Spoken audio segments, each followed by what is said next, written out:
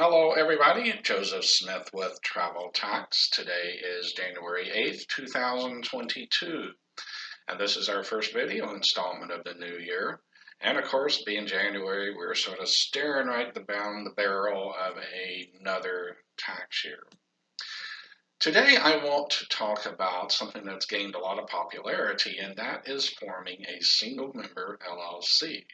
Now, why do people form LLCs, limited liability companies?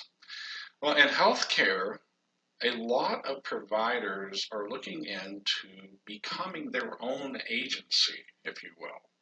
Instead of going through a traditional employment agency, they want to be the agency themselves and offer their services directly to a facility. And you don't have to be a healthcare provider to do this. Lots of people who run their own businesses form an LLC.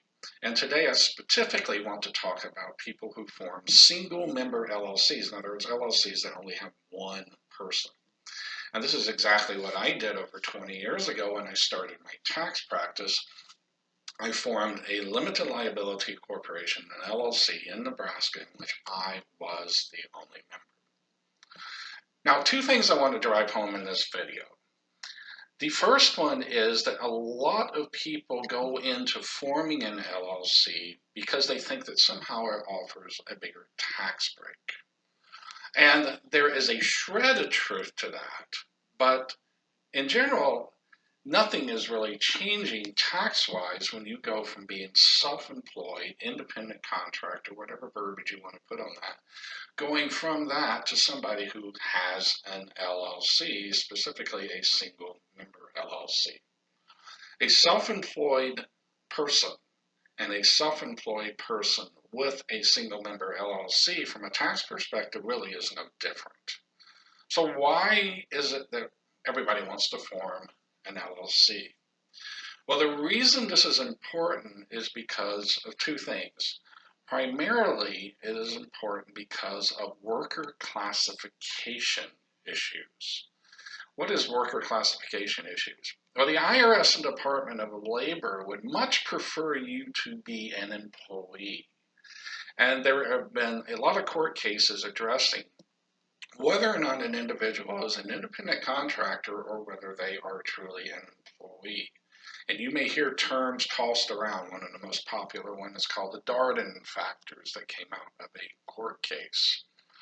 But if a person who provides their services is deemed to be an employee and that facility or whoever is engaging their services has misclassified them, then they can be subject to some significant penalties.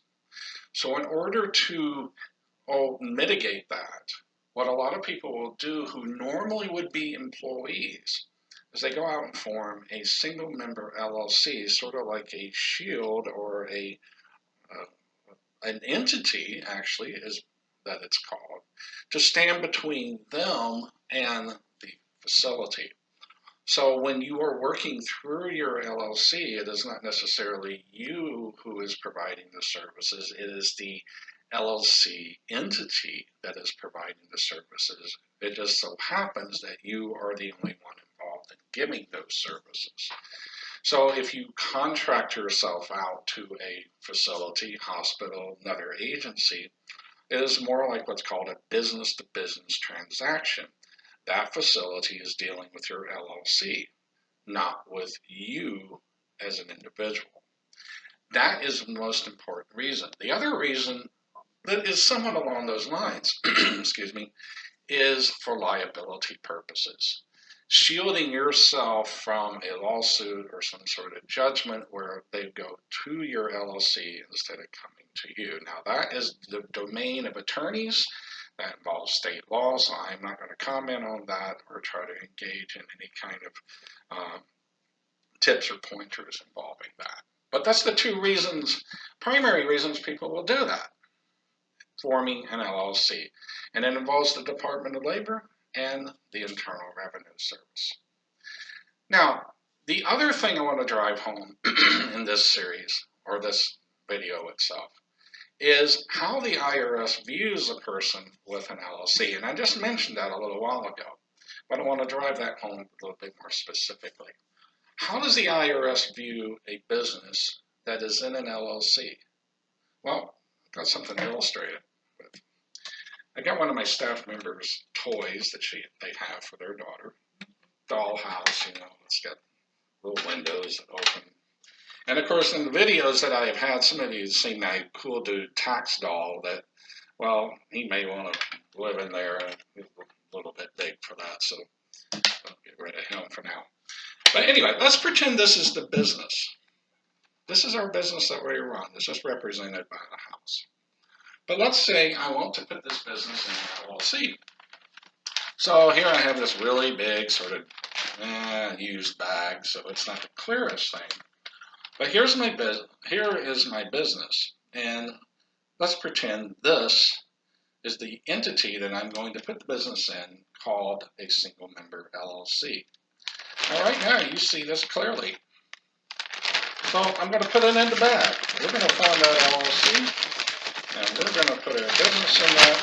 Instead of Joe's Tax Shop, we're now going to be called Joe's Tax Shop LLC. And we'll do our best to seal this thing up too. Make sure that this is all pushed down nice and good, airtight.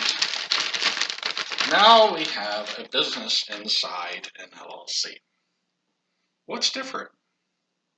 Can you still see the business? Now granted, the bag's a little fuzzy, but yes, you still see it. You see the front, you see the side, you see the back. You can see the whole thing. You're not hiding it. You're not putting something in between so that it just can't be seen. It's still seen. It's called a transparent entity now. You see right through it. This is exactly how the IRS views a business inside an LLC. The LLC is a transparent entity, a look-through entity, a pass-through entity, or if you really want to get technical, it's called a disregarded entity.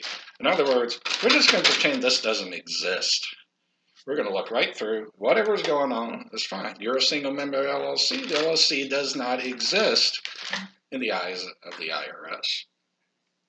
This is why the difference tax-wise between a self-employed individual and a self-employed individual of an LLC is almost negligible. It's the same thing. But again, it goes back to why do we do this when we're contracting ourselves out, especially in an industry in which traditionally people are treated as an employee. It's an added layer of protection. It is a barrier between us and the people we're providing the services to. So hopefully that helped you today, and we'll look forward to future installments.